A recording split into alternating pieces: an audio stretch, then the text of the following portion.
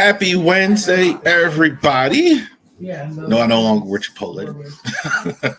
Got the shirt on. Thank you very much for joining us here for the Ravori Sports podcast. It's Wednesday, so we thank all of you for joining us here. All of you that are on our Twitter feed, all of you on our Twitch channel, all of you on our YouTube channel, especially all of you on Spark, especially you right now that are watching on our Twitter feed and on our Twitch channel. Definitely go subscribe to the YouTube channel right now. Go to subscribe to all of our Instagram, our LinkedIn, all of our platforms over there. So we're going to get over to 100 at each of our platforms. We're almost there. So we want to thank all of you that have joined and watched and everything like that. Our football, our baseball, our basketball. We're going to have this. We're going to talk Maryland basketball. Maryland basketball preview coming up October. Maryland starting at Coppin State in Baltimore. So the other school that's really near and dear to my heart. So we're definitely going to check that out there. Genesis Notary Services. If you know, you know. If you're in Winchester, Virginia, definitely. If you need wedding services notarized, you definitely. If you need documents notarized, you need wedding services. I have wedding efficient license. I have all these pictures and all that stuff. We have all that in Winchester, so definitely check that out for you, Shenandoah Valley. See Charles Harris, we are Legal Shield. Definitely check that out there as well. If you Legal Shield, I'm telling you, it's a great value for you. All of you out there that are looking for legal services and everything, Legal Shield is a tremendous value for all of you out there. So definitely, lawyers cost a lot of money. You could save a lot of money by using Legal Shield with us as well. And our flagship, RavoriSports.com.site, and always check out every week our links to Fanatics as well. So we have jerseys all over for you guys. Well, it's a little different this week after a Ravens victory. So we definitely got that happening here. Ravens here were successful downtown Baltimore this week on Sunday. You see the final score, 41-17, Ravens over the Browns. This was, I got to say, though, I mean, not to complain too much about a victory that was so decisive. Like, this didn't look like a uber decisive victory like you would think. Like, this first half, the Ravens really didn't move the ball much at all in the first quarter. I thought the run game for the most part was anemic in this one. In the second half, I thought they was able to move it more than the Browns and actually wore down the defense a bit as well. And I do think that's what led to the victory. So it 41-17. Obviously it's impressive, but it's not as impressive as it looks. 41-17, even though you won by a wide margin.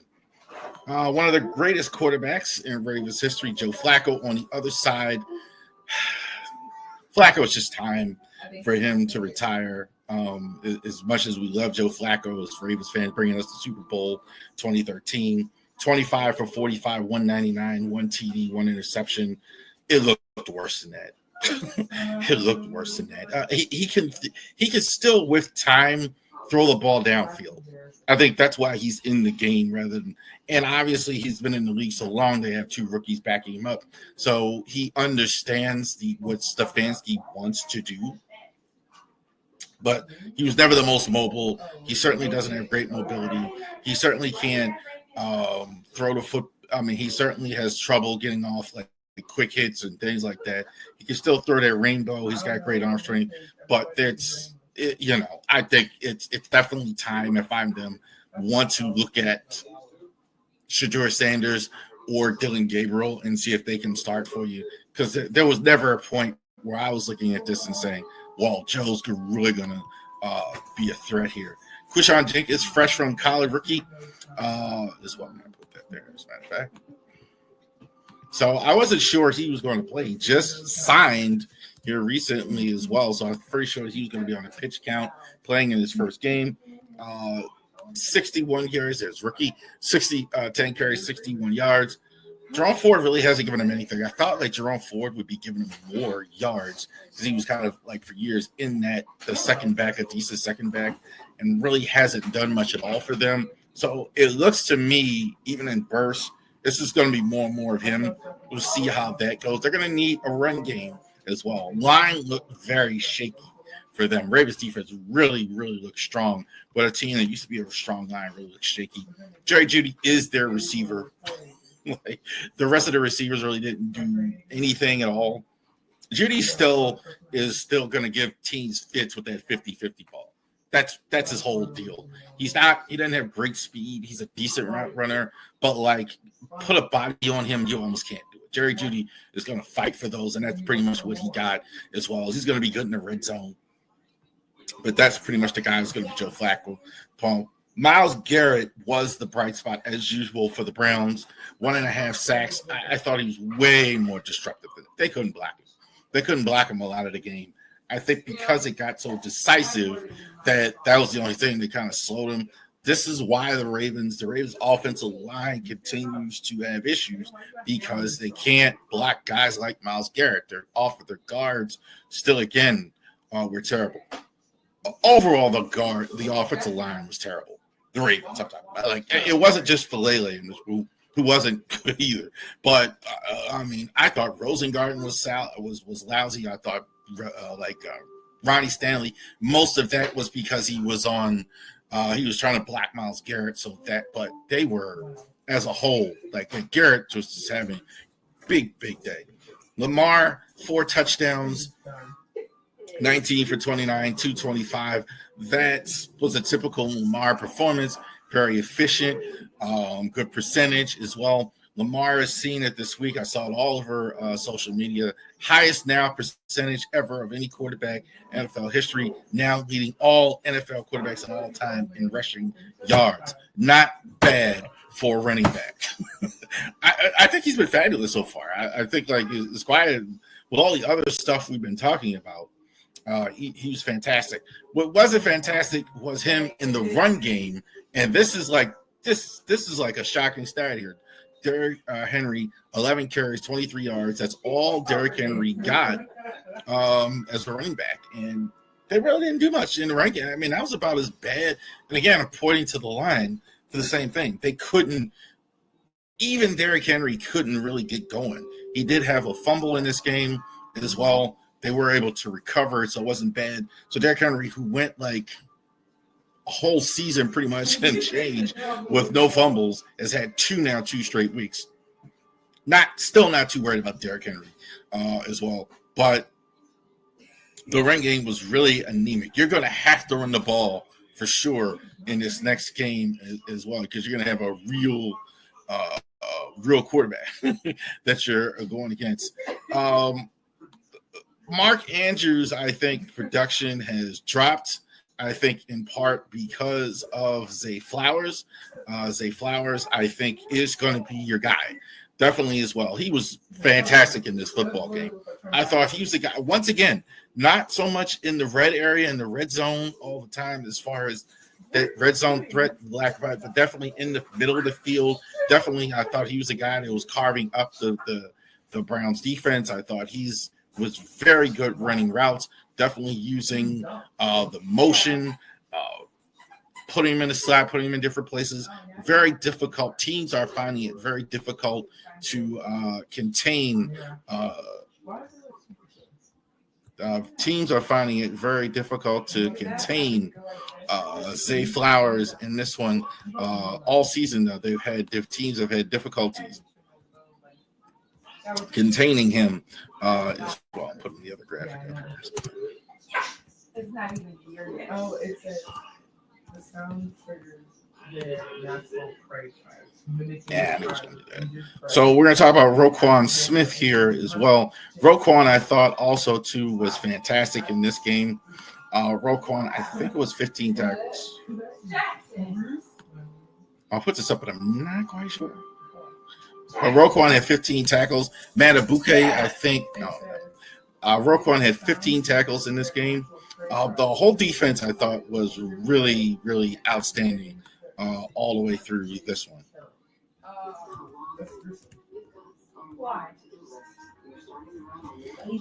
By and large, I think it was a good move.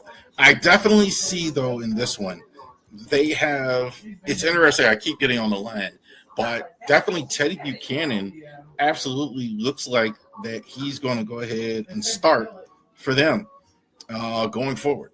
So it's definitely less of Trenton Simpson. He hit the bench. There it is, 15 tackles for Roquan. I'm using a lot of those this week, so that's why I had to mix match there. But 15 tackles for Roquan. That looked like the best of Roquan Smith I've seen in a while. I think people have been a little hard on him. He's been good, but that was dominant performance. That was what we're looking at. That's the guy who was all over the field. Tackles for loss. He had like 3 tackles for loss behind the scrimmage. Had a tackle putting pressure on Joe Flacco throughout the game. Really laid some heart. I mean, he was just terrific. Matabuke had a sack. He's definitely providing the pass rush. We did get an injury. Kyle Van Noy is probably going to be out for a couple games, so you're not going to have Kyle Van Noy. So it's going to be a good opportunity for Mike Green. Now, keep this in mind with the Van Noy injury and actually switching to Teddy Buchanan, which that's what it looks as far as the depth chart. So now you're going to have 3 rookies starting on defense. You're going to have Mike Green. It hasn't come out yet, but it looks like you're going to have Mike Green if you're not going to have Van Noy, Teddy Buchanan, and Malachi Starks. Interesting to see. Lots of talent, but you got 3 young guys really starting there as well. So there's the score. 41-17. Ravens all over the Browns in this one. So, but I do wasn't as impressive as it looked. I think it said more about the Browns that they had all these issues here. Browns just don't have any offense, don't have a quarterback really definitely past his prime. Defense, I think, was okay for about a half, but the Ravens just too strong and pulled away. This Ravens receiving cores, I think it's just fantastic. This one. That was really taken away from me. I can't remember us ever having receivers as a whole this good, not just Zay Flowers, but you talk about DeAndre Hopkins, Devontae Walker, great in the red zone. These guys know exactly what they're supposed to do, so definitely is going on. So we got a bigger challenge this week as we're going to play on Monday Night Football. The Detroit Lions.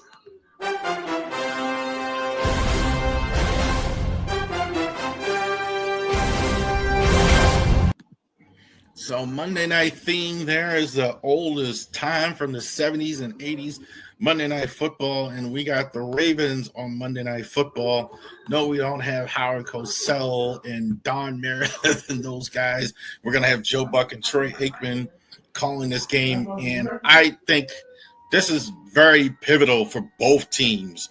Both of these teams have a tough schedule. Both of these teams need this win. Ravens definitely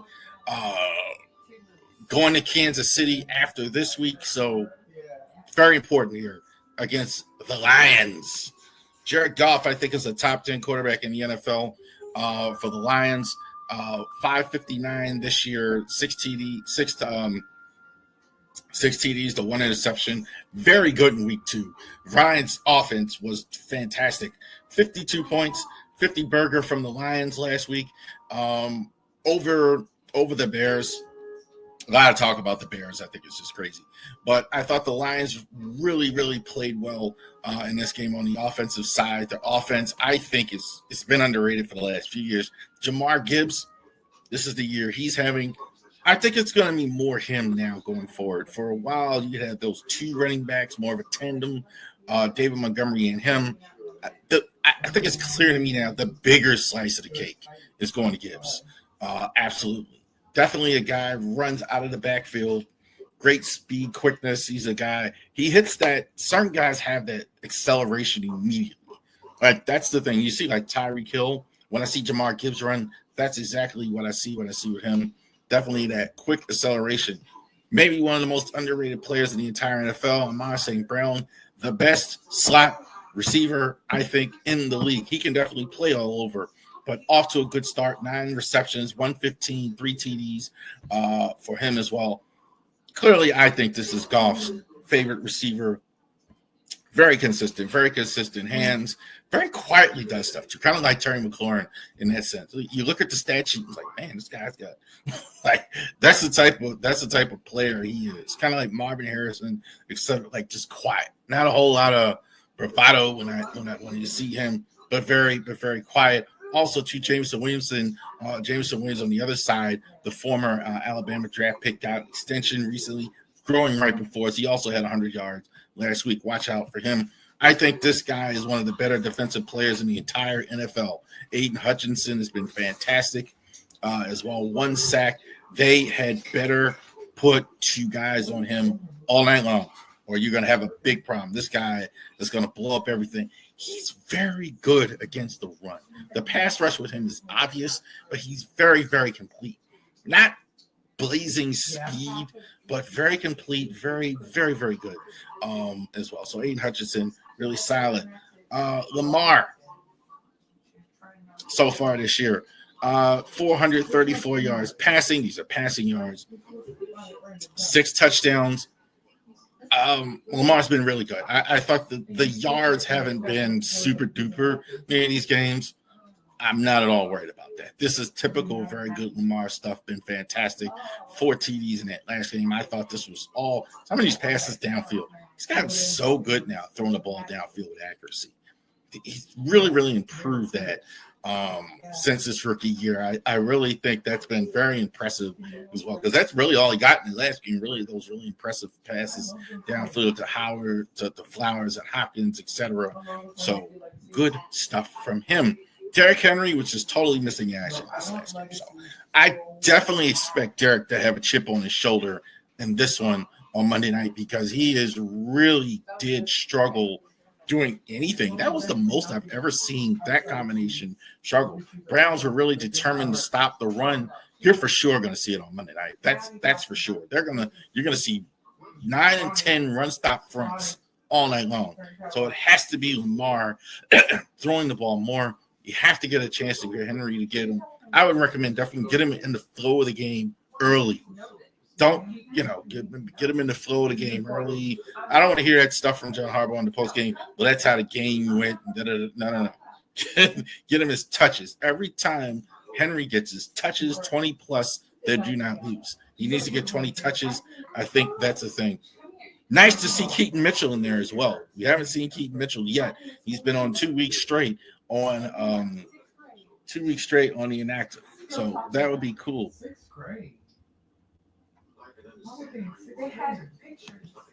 To go ahead and do that. Zay Flowers, I think, has been terrific for them so far this year.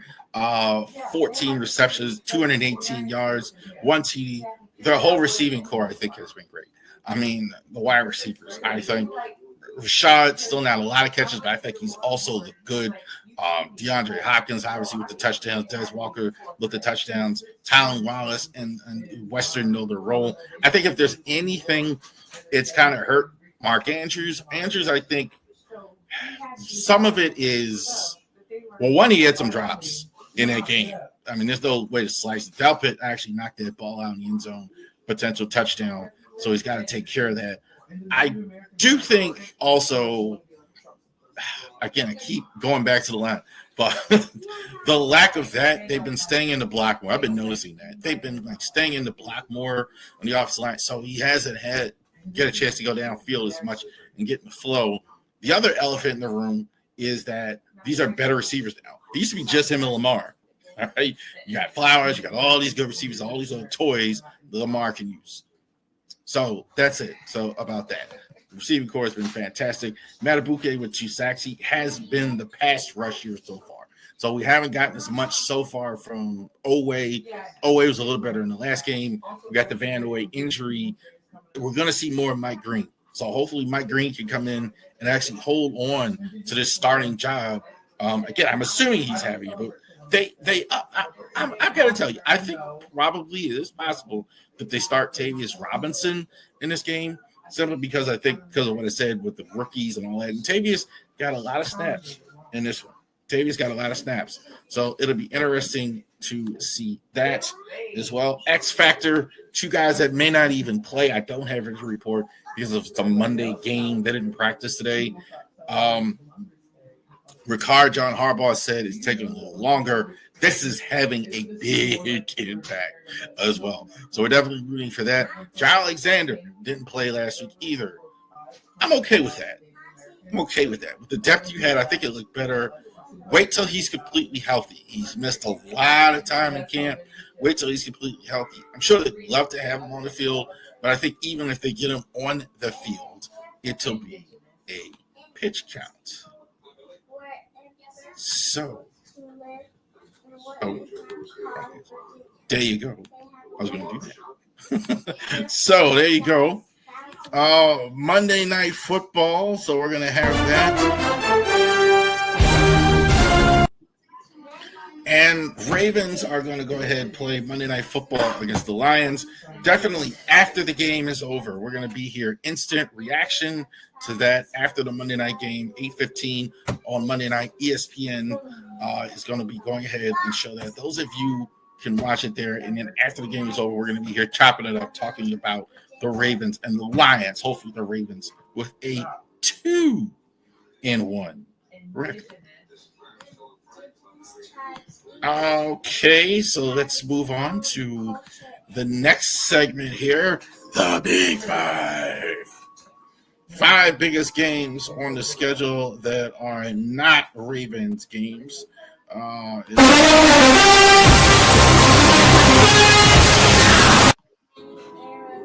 biggest games that are not Ravens games on the schedule. We'll go over that. This week is a little different than last week, so these schedules are this week's a little different. Every week's different, obviously, but bigger games I think we had last week. I think the slate of games is interesting as well this week. Last week, Atlanta and Minnesota. I'm not sure about either quarterback. McCarthy did get hurt in the game. They're not going to have that as well. Solid. I thought both quarterbacks are. I thought Penix has been solid, but I'm still waiting for that big game as well. In this game, they ran the ball. I think just they couldn't get enough offense, Minnesota, to actually win the game as well. I thought just McCarthy, I thought was the reason, the biggest problem there as well. Seattle and Pittsburgh, that's DK Metcalf's first game against his old team, Seattle. So a week before we got Aaron Rodgers. This one, we got DK Metcalf. And this one, Darnold, I thought was solid. I thought Darnold, I think is not bad. I think like every time he plays well, I hear a lot of, well, it's been good for a while. I mean, he was really, really good last year. The Steelers defense, you got to worry a little bit, I think, for them if you are a Steelers fan, because there's 2 straight weeks you didn't look good, right? The Jets chopped you up, but you won this week. Donald pretty much had a big day on you, so it's a little bit of a worry as well. I think both teams are kind of where I thought. Like they're kind of marginal playoff teams so far. Biggest game on the schedule, the Super Bowl rematch, the Chiefs and the Eagles. I still think the Eagles right now are the best team in the NFL. The Green Bay argument people are making, that's kind of like why I kind of like Philly, because they are better without looking great. They've won 2 games without really playing, I think, anywhere near their best football. So I definitely think about that. Typical game for that as well. Green Bay defense is fantastic. I think it is a case 2 weeks winning, looking like the best team in the league. Not really anything bad about going to Green Bay and losing. I think they'll be fine. They just got to keep Jaden Daniels healthy there and put some respect on the name of Baker Mayfield. Baker Mayfield is getting it done. Tough road win against an AFC team. So respect. Sorry. Baker Mayfield. So Steelers, Squealers, and the Patriots this week. Squealers actually going into New England, I think, into an enemy territory. So this was, for years, these were 2 of the best teams in the AFC. Now it's a whole new – Mike Tomlin is still there. Mike Tomlin is still there going against New England as well. Interested to see what we have here. I think this will be both defense I thought would be better than they've been so far this year. So I don't know if these 2 teams will turn around. Aaron has kind of been what I thought. Some positive plays. He's going to score some. it's been interesting. Kind of the same. Drake May, this young group of quarterbacks was still kind of waiting. Penix, Caleb Williams, Drake May. Not sure. I kind of thinking that the Patriots play with more urgency as well. I'm still a bit of a believer in them. I think they'll be decent here. The Steelers, that defense is still way off as well. Something definitely looks wrong. So I think the Patriots take advantage and actually get the win. Biggest game, I think, on the schedule in terms of playoff position and all that at the end of the season, the Rams and the Eagles. Eagles, I think, have actually played their best this year so far. You should have voted against the Tush Push. For those of y'all out there complaining, too bad. Y'all let it in there. Let them go. They're going to keep running it, and they've been effective running it. The Rams are always, to me, a tough out, I think, when you can beat them. I do think the Rams are – I don't think this is a great matchup for them. I don't think the Eagles is a great match for a lot of teams, but I don't think this is a great matchup for them. I do like the Rams' discipline as well. I think that's a good thing here as well. They are going to throw the ball downfield and score. I do think the Eagles' defense is kind of susceptible to actually taking the ball away from Stafford because they are going to get some opportunities. The defense, I think, like some of the young guys, DeJean, et cetera. I do like the Eagles in this game. I think they score more, too, in this one. I don't think that this is like 10-5 or any that low-scoring stuff. So I do like the Eagles in this one. Two backup quarterbacks going in this one. Joe Burrow now out. A lot of people think he's going to be out for the majority of the regular season at this point. Maybe you get him in the playoffs if they're hoping if they can get to the playoffs. And the Vikings now, they're going to be out with J.J. McCarthy for the next few weeks. They're going to have Carson Wentz start for them. I don't know. It'll be interesting to see how this goes. Could this be a positive even for the Vikings? I kept thinking that. I know how people feel about Carson Wentz and all that, et cetera, but I don't know how much McCarthy was giving you. I don't know I don't know. I don't think this is bad maybe for them. I mean, I think what they're thinking is, okay, you can get Carson Wentz and get him to play like Sam Darnold. Everything else is in place in Minnesota. They can run the ball. They have defense. I thought the defense looked good for most of the game Sunday night. So I do like the Vikings. The Browns, I think you can't lose Joe Burrow and it not matter. I don't think Browning is that bad, though. They seem to win when he's in there. They win last week, so they're 2-0. I don't think they win this game. Honestly, with Joe Burrow, I think they might have. Had it been the starting quarterback, but with this, I got to go with Minnesota. Wentz with the more – I think Wentz possibly gives them more than they were getting. I don't know if this is bad for them. Broncos and the Chargers in this one. Chargers, maybe these are the two best teams in the AFC West. So we'll see how that goes. Broncos defense has been disappointing. I think we've all been thinking like maybe that this is one of the better defenses in the entire NFL. Not really been so here early. They've really kind of struggled here.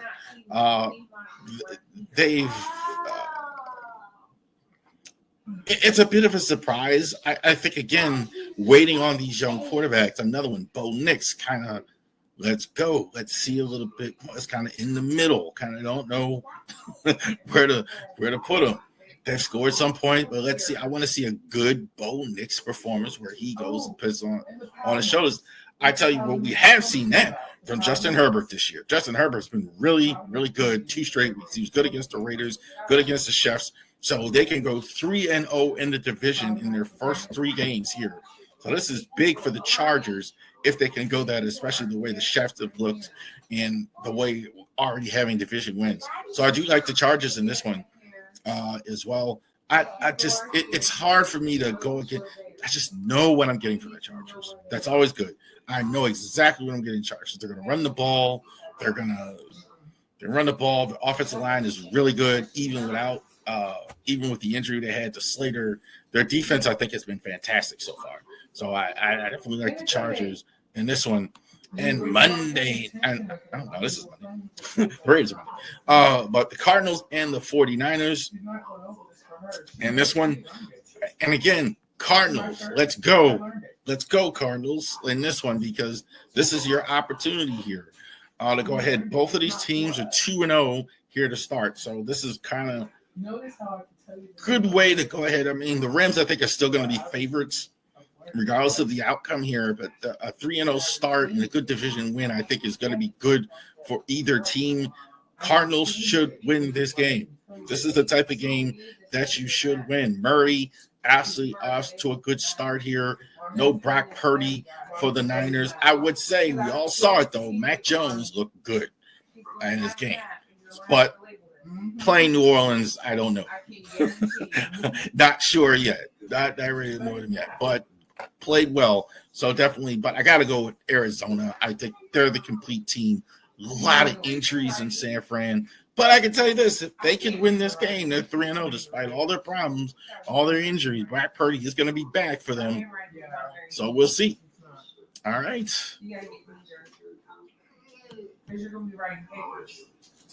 There you go.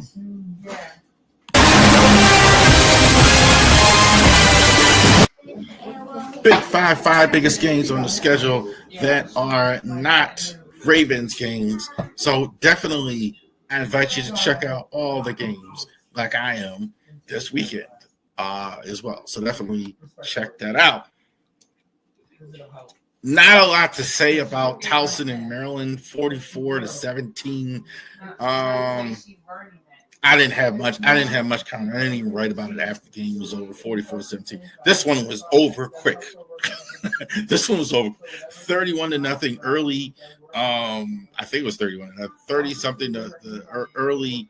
Malik Washington has looked good, really good all season long. So that's a thing where Malik has looked really strong. It's been a story. It's been a really good story that he's been this impressive here early in the season.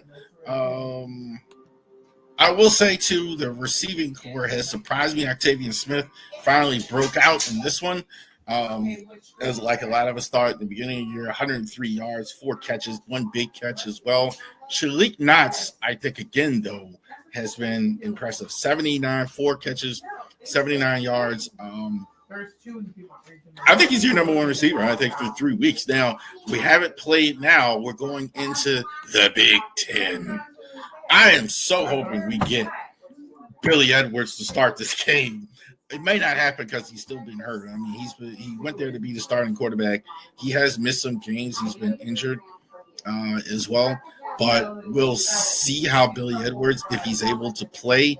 I think he's a little closer to playing this week. And definitely, I'm sure he wants to play in this game. So it is Saturday at 12 o'clock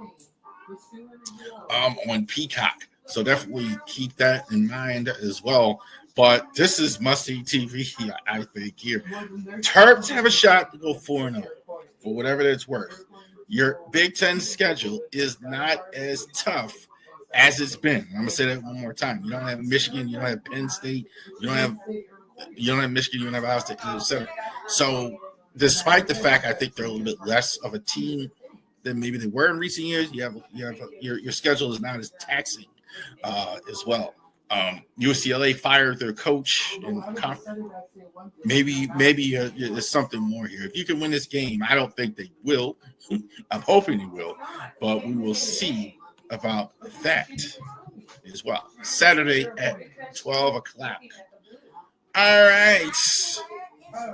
So let's get this going.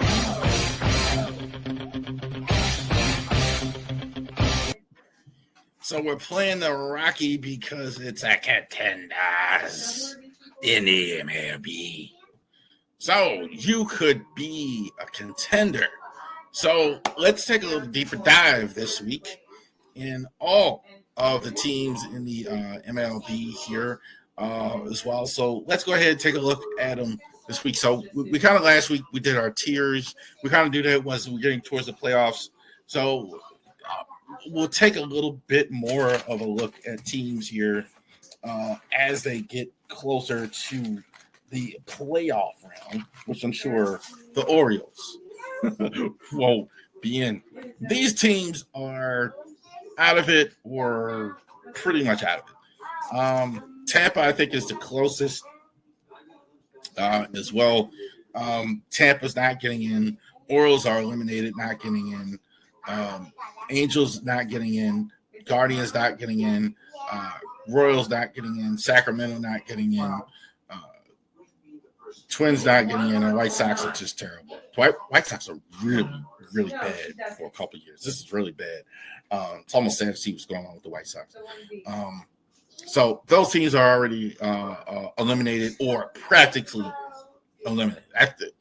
The Rays may have a sliver of hope, I think, but pretty much we're counting these guys out. All right, so let's look at who's going to be in the playoffs, possibly or probably. Blue Jays. I think at the beginning here I said with the Blue Jays, everything had to go right for them to win. Everything had to go right. And that's pretty much what's happened in Toronto. Bo Bichette, even though he's been on the shelf lately, he's been really good. We know how good Vlad Guerrero is. George Springer has been really good for them, even though like maybe he had to have one more good year. He did. So they've been really solid, I think, in a lot of areas. There's the best teams as far as bat to ball and in baseball. The batting average, I think, is the best. I think they're very, very good defensively as well. I think so. They're solid in all, and they're solid in several areas, which is why they're winning the AL East. I think their pitching has been really good. They Gosman, Bassett, and Barrios, not mega studs there, but a good solid rotation. They've had that for quite a while. So I like the Blue Jays. I don't know. I don't know though if they go further. I don't know if they can do this in the playoffs. I'm just maybe for no good reason, just a little skeptical of them in the playoffs. The Yankees. The Yankees kind of are, I think, what I've kind of always thought like all season. You got Aaron Judge, who could win the MVP again. He's been sensational. The only thing that went wrong for him all season is he had a little bit of an injury. He had to DH a couple games. He's fantastic. Max Fried, I think, is still certainly in the Cy Young conversation as well. Carlos Rodon has been really good for them. They lead the league in home runs. They kind of are what they're going to kind of go as far as Judge can pretty much take them, and their starting pitching can take them. The bullpen has kind of been not great at times. Defensively, I think better than I thought they were last year, but that's kind of why they don't win. They kind of don't when they don't win. I think that's kind of what it is. But the Yankees are right there. I think the Yankees are right there. They're definitely legitimate as far as winning World Series in contention. Red Sox. Not sure if they get in, but this is a much better Red Sox team. I think they definitely, as we've seen in recent years, they're getting a lot finally from Trevor Story. He's got like 20 plus home runs. So I think that has really mattered. They needed to get him going, get him off the shelf. So that's really helped. They traded away Devers, so you kind of figure, well, maybe they're giving up. But Duran, I think, is going to be a guy that they're building around. I think that's going to be very interesting to have Durant there as well. I think is he going to be the main guy? Alex Bregman has been really good for them as well this year. Garrett Crochet getting in, obviously bringing in Garrett Crochet has been fantastic for them. Bello and Giolito, I think in the rotation, I think are also have been solid. I think the big surprise for me is Aroldis Chapman, how good he's been. Like their bullpen has been fantastic with him on the back end. So I think that's probably been a surprise. So they do finish games when they're in them. I think their offense isn't super duper. I think they get in and can possibly do something. I've been pretty impressed with the Sox. I think the consistency in the regular season basically is a little bit to be desired, but I think they've been decent. Lots of like here, obviously, with Detroit Tigers. The pitching, obviously, we know Skubal, I think he's got to be in your top three pitchers, right? And depending on who you have as far as all of baseball. So he's been terrific for them. I do see some flaws. I mean, Riley Green's been really good for them. Torkelson and Gabriel Torres. I don't know if their offense is going to work to play. I think they're going to start pitching around Riley Green a little bit. I like to see them. It's a matter of teams, can they step up offensively in the playoffs? When you're in the playoffs, you're going against the best pitchers on the best teams. You're not going against what the nonsense the Orioles have been doing with rotate pitchers.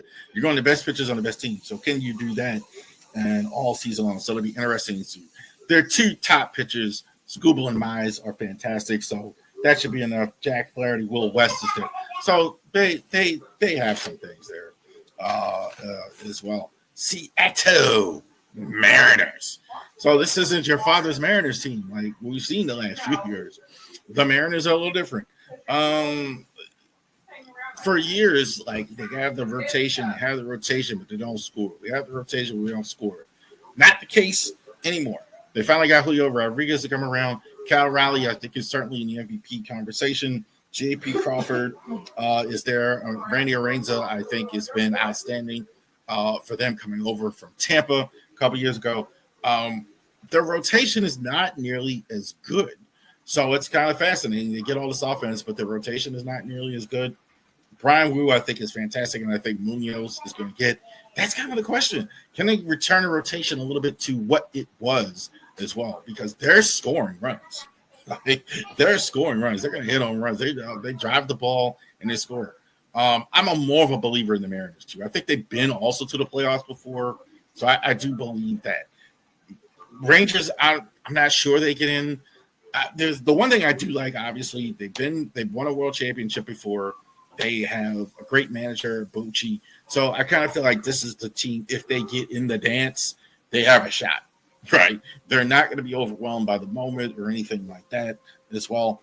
I think the biggest problem with them is the fact that they just have had so many injuries during the course of the year. They haven't had Seager. Simeon's not the same. Garcia, Daniel Langford, Wild Langford, etc. As well. They're defensively, they're very, very good. So that's also a thing. So they're fundamentally sound, which is really good. I kind of do like them in Seattle. I'm really a believer in them if they actually get there because they're fundamentally sound as well. And I do like the manager Bochy as well. I don't know if they get in because they've really been up and down this year. Because of all those injuries, I think is that the Astros really shouldn't even be here. This is a heart of a champion. This is another team that's fought hard all season. Altuve, I don't know what he's doing there in the outfield. Frankly, he should be at second base, but he's been decent still. I mean, I think it's actually helped his offense some. I think that's possibly the reason. Pena, I think, has been good for them. They've had Christian Walker as well. At the top of their order, Hunter Brown and Vasquez that's about as good as you get as far as a 1-2 combination as well. So they've been really good. Josh Hader at the back end. I don't think the depth is there. I don't know. I don't necessarily love this team in a 7-game series, even though they have experience. But I think I'm not sure there's enough bullets in the gun overall.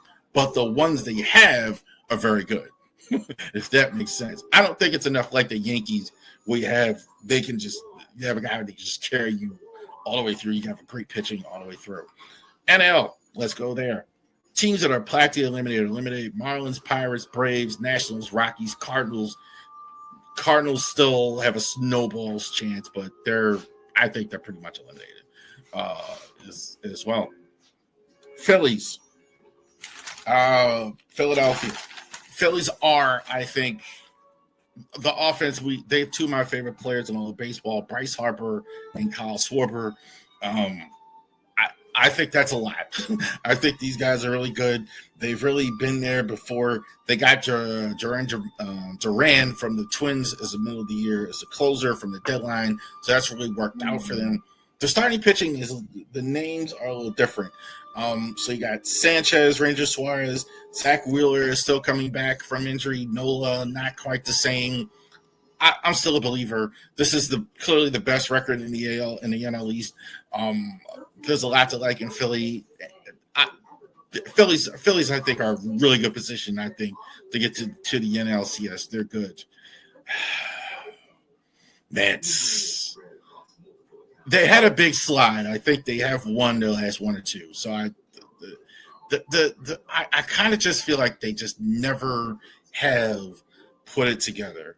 They're just inconsistent despite all they have. You got Soto, you got Pete Alonso, you got Lindor, Brandon Nimmo, you got an old friend Cedric Mullins there. So they're going to hit. I'm surprised that Cedric Mullins has been not Cedric Mullins. Clay Holmes has been such a good acquisition for them. He's been really good starters. They have had trouble with their starters. It's kind of hit and miss this season. And I do think Diaz getting back to form is going to help. I don't think they want to. I don't think they're going to. I don't think you're consistent enough yet. I don't think Soto is consistently good in the playoffs. So I think they get in, but I don't know if they're any farther than that. This is a team. I'm sorry, the internet was messed up last night on the open mic. I really want to talk about the Brewers because this is the best team, I think, right now in all of baseball. Best record in MLB, just clicking on all cylinders. Christian Yelich, former MVP, is having a season. Jackson Torino is really good. And I think Freddie Peralta is really in the Cy Young conversation. Check. I think this team, the concern I have with the Brewers is they haven't been there before. So this is uncharted territory for us watching too. Like, we haven't had a really good Brewers team as well. Teams aren't as dominant this season. I think there's a lot of flawed teams. I think the Brewers have had the best regular season. I don't know if they win 100 games. They're going to win the most games, I think. I don't know if they win 100 games because we only got like a week or two left. But they'll win like 90. They're already at 90 wins. They'll get to 97 or something like that at least. So the Brewers, I think, are really good. Can this contain in the playoffs with the Brewers as well? Reds, yeah. Every time I've read, I try and write notes and have more than De La Cruz, but De La Cruz, like that's about my highest excitement level with this team. Spencer Strider, Bray Singer's been really good for them as well this year. Zach Lytle, I did want to mention Emilio Pagan out of the bullpen, not bad. But they're about a 500 team. I don't know how far they get. This team should be above 500. Now, the offense just can't be consistent enough as well. And Tucker, they may not have. That's going to kill them. They can't survive that as far as winning a World Series if you don't have Kyle Tucker in the playoffs. With the extent of his injury, Michael Busch, Happ, Darby Swanson. I see him like hitting seventh. Come on, man. Gotta give him more. They may have the rookie of the year, I think, on the mound, K. Horton, Matt Boyd. The rotation is good. So they're going to get good starts every night, but they're just, come on. Got to be better. Got to do better. Here's a team that's definitely got to do better. I don't think this is as bad as the Dodgers fans think it is. Otani, Betts, Freeman, Muncy, Hernandez, Edman, Pate, we know. Offense is just top shelf across the board. Starting pitching, I think, has had some issues. They're relying more on Kershaw than I thought. But Snell, Glasnow, you get them in. Their bullpen is going to kill them or save them. They just, if you can't get Tanner Scott and Turan and those guys to pitch as well in the postseason, you're just in big trouble. That's period in the story with the Dodgers. I mean, defensively, you could argue, but their bullpen is going to. They can win the World Series if you get better start to the bullpen. If it goes like it's been going, you're going to lose too many games and give away games. A few more. San Diego. Padres, I think, are the team I wanted the Orioles to become. That's definitely not happened here because they went out and developed those young players and spent a lot of money. So that's definitely the case. We got our teams: O'Hearn, Machado, Liriano. They're scoring runs. I think they actually didn't score as much as they thought until actually the trade deadline, which has really picked up as well. They got Darvish back. They have Cease there as well. I think they might be better than Dodgers. I actually like them in a playoff series against the Dodgers as well. I'm just so impressed by what I've seen, and I'm telling you, they have the opposite of the Dodgers. That back end of the bullpen, Mason Miller, and Suarez, fantastic. Like the Padres. I think if they can get enough offense, they can get it. Diamondbacks, for being here, I'm going to give them a hand clap, considering all they've been through. That's saying a lot. Losing Corbin Burns, losing a bunch of their guys, losing. They're supposed to have this great rotation. They've had a lot of injuries. Offensively, I'm not uber impressed outside of Monte and Corbin Carroll. They're that may or may not be enough because they're really good players as well. Brandon has been really good for them. Zach Allen, kind of the same. Germano Paramo, I think I got that name right. I'm trying to say it. Really good emerging shortstop for them as well. The Diamondbacks getting here, I'm impressed considering that. One more, the Giants. I like them in the future because I do like the Devers trade. I think that's really good. And I do like their rotation at the top. I mean, it's hard not to like Robbie Ray and it's hard to like and Logan Webb as well. The offense, I think, is getting better, but I don't – if they can get in, and I'm not sure they get in, I think they're about mid. It just seems like there's something missing from every time I see them. I think there's like this. So there you go. There's the field. The contenders in the playoffs. Yeah. So there you go. They're the playoffs contenders there as well. Definitely check that out. Orioles report. Let's knock this out here. Orioles report. Gary Sanchez sent on a rehab assignment. Again, we got like 10 days left. I don't know. Just get him some work in, I guess, for the offseason. I don't think there's almost any chance that he comes back. I'd be shocked if you saw Gary Sanchez in an Orioles uniform in 2026, unless it's as a manager and he retires as well. Colin Shelby on rehab assignment as well. So Orioles went ahead and did that last week. Tyler O'Neill is reinstated from the 10-day deal. Sent Daniel Johnson to Norfolk. And I've had a lot of guys come in and out as well. So definitely that's a thing there as well. Skipping one, Dylan Carson Ragsdale is going to go down to it's been DFA'd. Terrible in his start. And usually like they send these guys down so fast. So I'm usually like, but man, he gave up like 8 runs. He was really awful.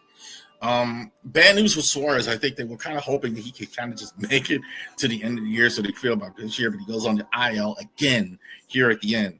So that's not good.